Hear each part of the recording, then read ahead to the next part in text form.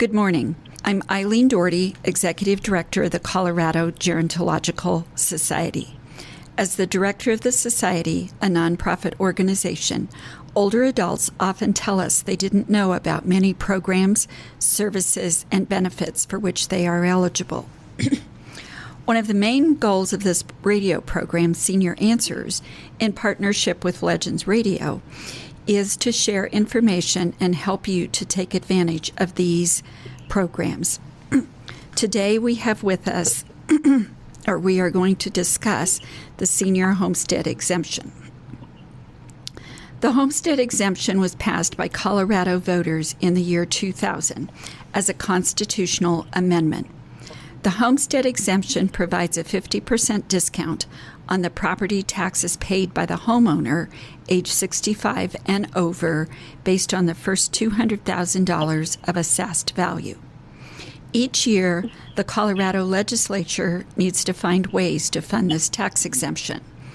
This year is no different and more challenging given the shortfall in the state budget.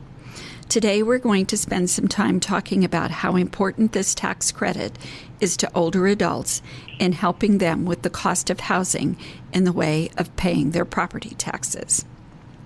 We have with us today Senator Lisa Frizell. She currently serves in the Colorado legislature and previously was the Douglas County Assessor.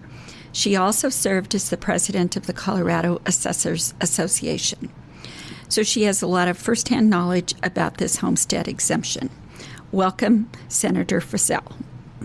Well, thank you so much. It's such a great thing to be here with you. So let's start out by having you just tell us a little bit about the senior property tax exemption. We assume some of our listeners know about it and are using it, but there may be some who don't know anything about it and would like to know more. Well, sure. Well, you've already given a great foundation, Eileen. As you said, the exemption was created way back in 2000, so that's 26 years ago, and it was created as an amendment to the state constitution.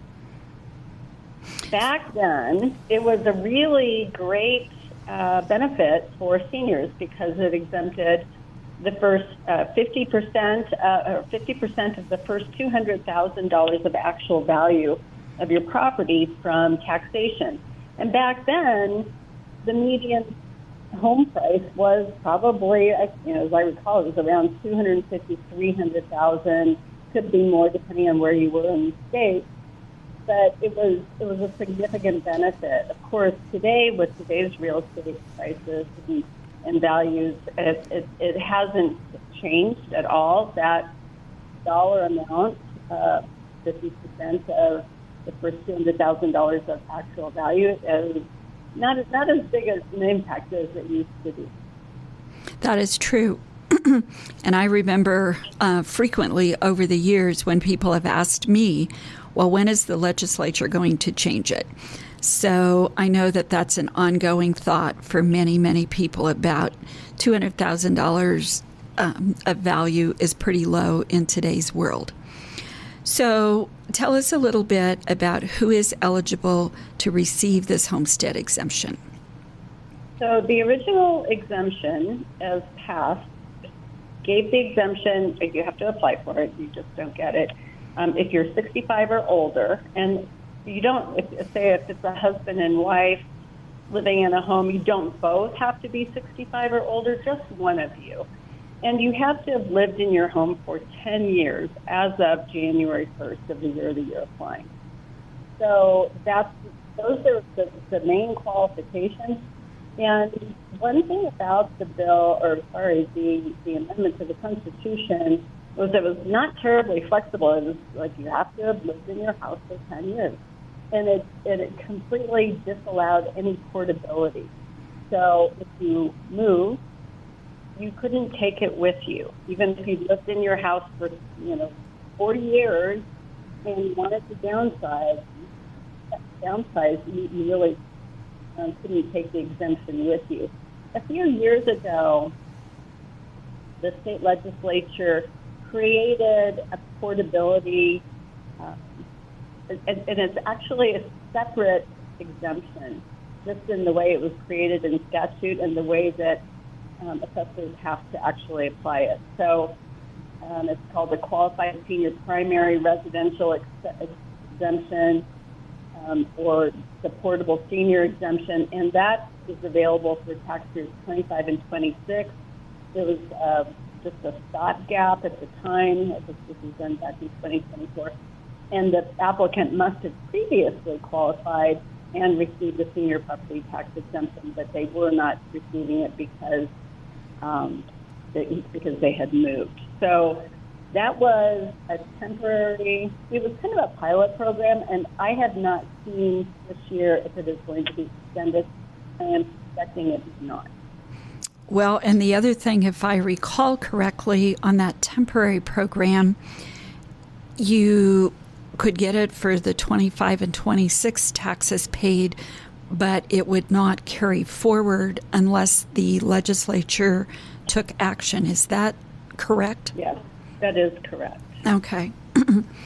So tell us a little bit about your experience as a county assessor and how important this homestead exemption was to the residents in your county.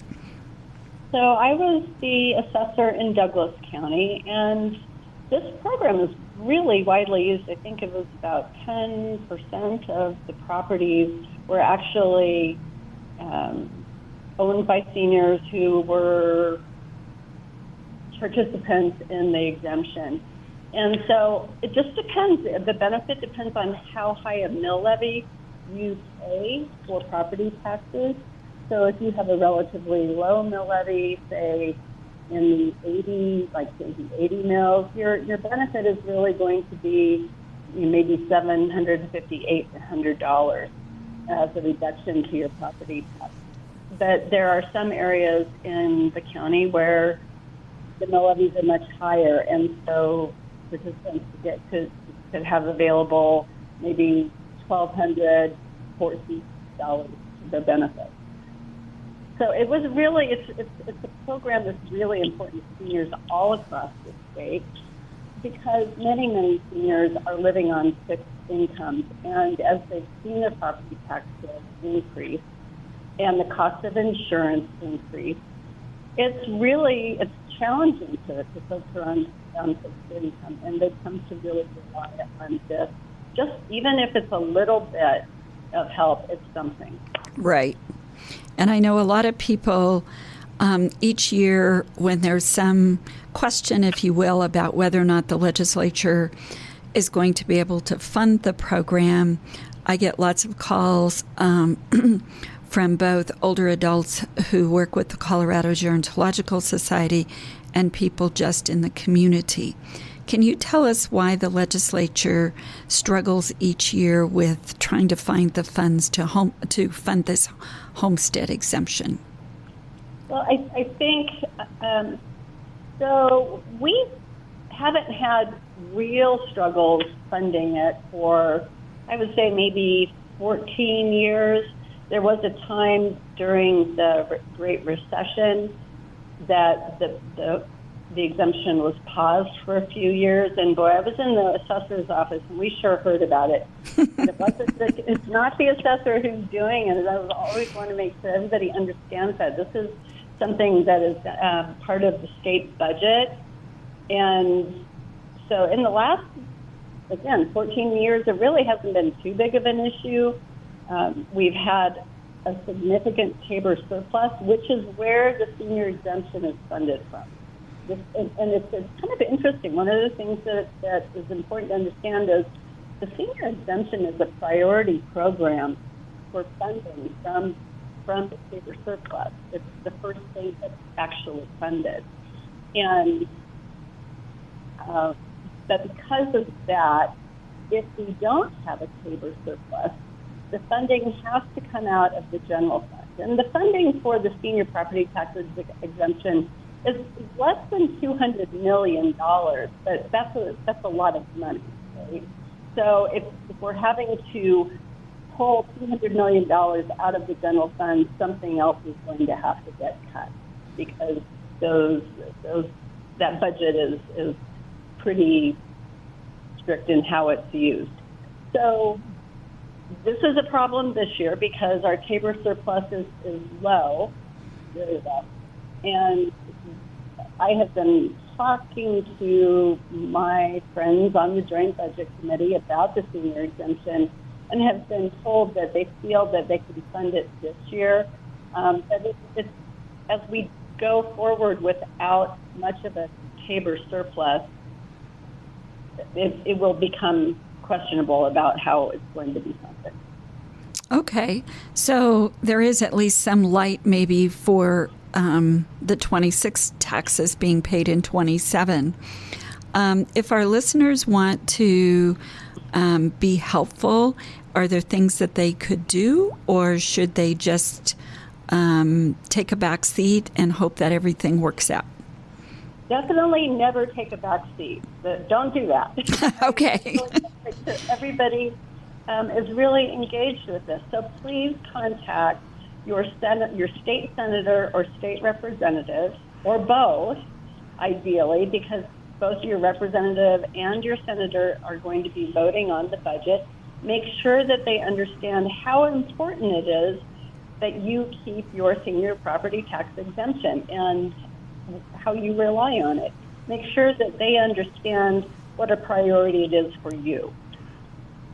Well, and I will tell you from personal experience and working with the legislature for many, many years, and I want to encourage our listeners to do this, that the personal stories really are what people are looking for. I can come in as the director of the society and I can provide lots of statistics and various kinds of information and data, but I know that legislators always really appreciate the personal story. So just to piggyback on what Senator Frizell said, tell your personal story. And you can do that by an email, or you can do that through a phone call. Is there anything else that you would like us to know about the homestead exemption before we close today? Sure. I think that it's really important for folks to realize that if you just turn 65, you have to turn 65 prior to January 1st, if you are, and that would make 2026 your first qualifying year if you've owned your home for 10 years. But make sure that you apply before July 15th. That is the cutoff. So get your application into your county assessor.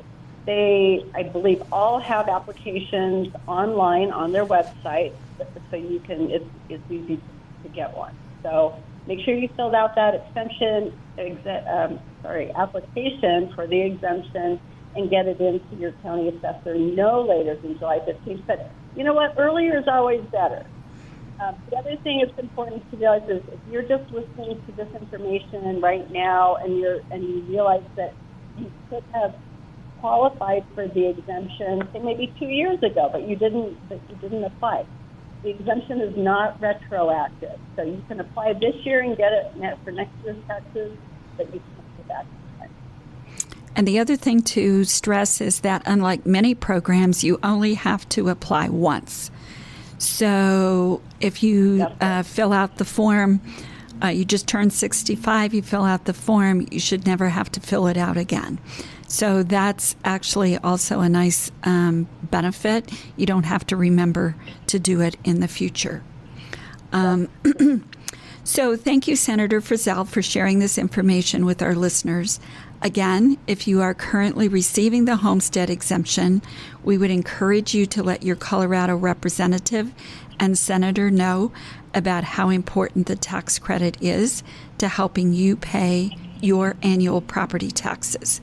If you need to figure out need the contact information for your state legislators, you can Google Colorado General Assembly legislators, and there's a listing with the information that you need. If you think you might be eligible to receive the homestead exemption and you haven't filed, you can go to your county assessor, and as Senator Frizell said, contact them or fill out the form by July the 15th.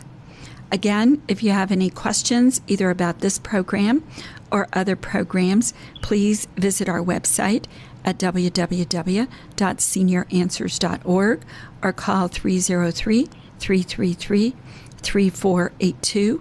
Again, that number is 303-333-3482. And a big thank you to Senator Frizell, Legends Radio, for supporting this program to bring information to older Coloradans. Thank you.